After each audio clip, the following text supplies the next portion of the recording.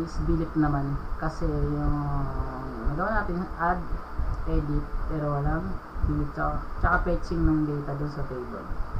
So syempre may papakita muna ako dun sa nangyari dun sa table kasi once na click mo yung sa edit, hindi na view yung image no specific na user na kiniklik natin dun sa part ng admin.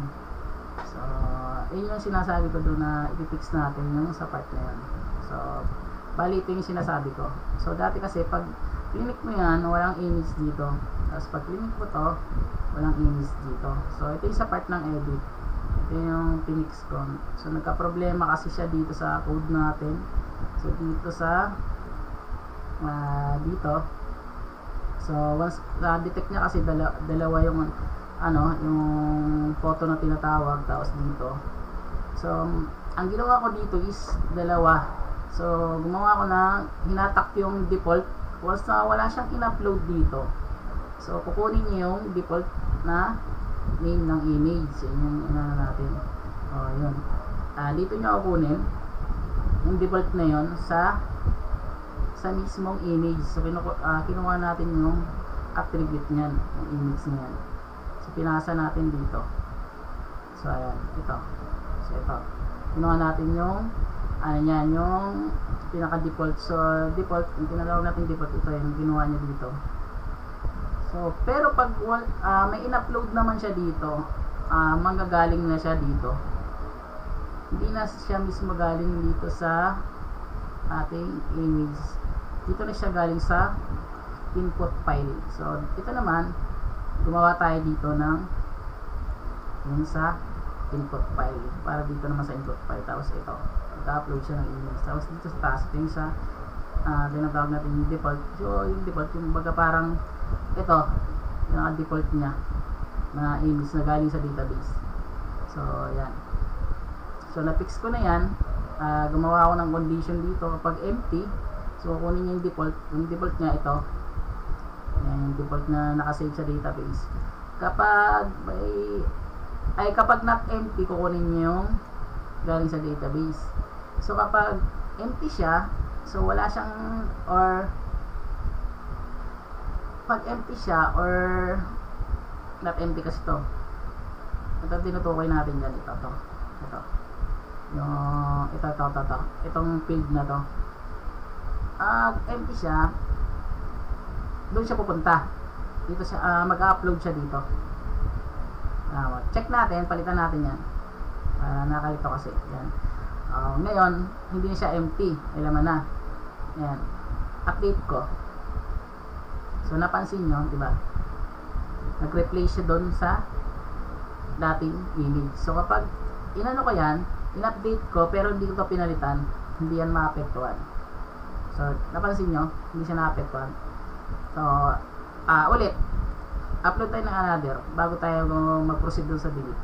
So upload ko to. So napansin nyo, nag-upload, diba? So yun yung naging ano dyan. So medyo mahirap to, wala kayong makita tutorial na ganito sa ibang part. So tayo at aralin nyo itong aking ginawa. So magugustuhan nyo to, i-apply nyo sa gagawin yung mga system.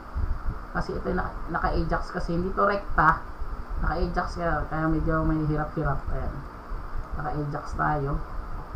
So sa pag-upload ng mga image, need nyo talagang ipasok or gumawa kayo ng ganito, ng form data. Hindi katulad na rekta na agad na dito. So tinutukoy natin rekta dito sa ating data. So yung tinutukoy natin yung ganito. So kunwari first name to first name. So hindi ganyan. Mag-create ka talaga ng sarili mo kung medyo may alam ka na talaga. So ganyan. Sa akin lang to. So gawa-gawa ko lang to para makapag-upload tayo ng image gamit sa Ajax dating idadaan. So yan, tapos na-condition ako dito. If empty, not empty. Pag not empty, yun yung default yung ano niya, kukunin niya. Tapos kapag empty, dito siya mag-upload siya dito. Ayan, so dalawa yan. Next natin nga yung delete. Kikreate na tayo para sa delete. Punta tayo sa admin. So, delete cut. Instead na cut, ang gagawin natin yung delete admin. So, yan na lang. Rekta na natin. Delete admin. Copy, paste natin dito sa class. Palitan natin ito. Class ng button ng admin. Tapos, ayan. Okay. Palitan lang natin ng admin. Yung mga ID. So, Control D as in dog. Control D para ma-highlights lahat. Paste natin. So, pwede mo ulit i-reuse yung ating row. Ito. Pwede mo ulit gamitin yan. Ayan. Pwede mo ulit gamitin dito. So, kahit marami pa yan, pwede yun, kung isa lang naman yung tatawagin doon sa. So, yan. Okay. Palitan ulit natin to ng admin. Ayan. So, yan. Meron na tayong ginawa. So, ang gagawin na natin is gagawa na tayo ng delete para sa delete ng admin. So, delete admin. Gagawa tayo modal para sa delete. Mas mabilis kasi to. So, copy natin. Copy. Tapos, baka hindi nag-live eh. So, copy natin. Gawa tayo dito sa modal na delete delete admin at PHP. So, ayan. So, copy lang natin yung sa delete ng category. Copy lang natin, paste natin sa delete admin. So, papalitan lang natin dito ng pangalan ng delete admin, yung ID. So, para sa admin. Copy. Paste natin dito. Saan siya? Oops. Dito siya makikita sa baba. Ayan. Ayan. Delete para sa delete. Baka may nagalaw ako dito. So, ayan. Delete. Ayan. So, pag click natin yan, dapat matawag na natin yung ating model. So, ayan. Kaso naka-category pa siya. Palitan natin ng delete admin. Delete admin. Check ulit natin kung lalabas yung so, meron na tayong model para sa delete. Yes or no. Pag yes, madidelete niya. Pag no, babalik lang siya dyan or exit niya model. Next natin is try muna natin i-show yung ID. Wait lang, naglag. So, ito tayong admin. Ang ikakopy lang natin yung dito. Yan, copy natin to. Balik tayo doon. Paste natin dito. I-show muna natin yung ID kung nakuha ba. Yung ID ng bawat, yung pinaka-primary ng bawat isa na to. So, check natin yung edit. 5 yung ID niya. Ang tinutukoy natin dyan is ito. ID na dito sa primary key. So, dapat ito. Ay, 2. Ay, 5 pala ulit. Maklik natin. So, 2. So, dalawa lang naman. 5 tsaka 2. So, 5 tsaka 2. So, ayan. Nakuha na natin yung kanilang primary key talaga is pwede natin i-hidden. I-hidden na natin. So, ayan.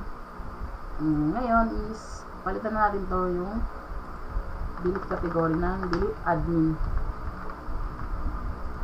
Copy natin, paste natin dito. Tapos copy natin tong delete admin, paste natin dito. So ito, instead na category ID, gawin natin siyang admin ID. Admin ID. So palitan lang natin lahat. Control D ko na.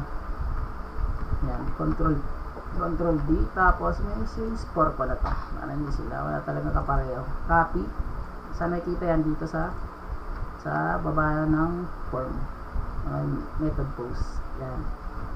Tapos gawa na tayo ng delete admin. So yan, gawa na tayo. Copy. Copy mo lang yan. Tapos copy. Tapos punta ng config. Paste dito. Tapos, copy natin sa category. Copy. Paste natin dito. So, ano ilalagay mo dyan? Ang ilalagay mo dyan yung ito sa append. Copy natin to. Paste baka delete ano to So, ayan. Nawala naman pala. Delete. Ayan. Delete admin. So, lahat ng category ID palitan natin ng admin ID. So, delete admin. So, pag delete mo siya, saan siya babalik? So, babalik siya dito. Ngapin natin yan. Paste natin siya dito. Oops. Saan natin siya ibabalik? So, yan, delete admin. Copy natin. Siyempre, wala pa tayong ginawang delete admin na to. So, exit muna natin yan. Exit natin. Gagawa tayo ng function para sa delete.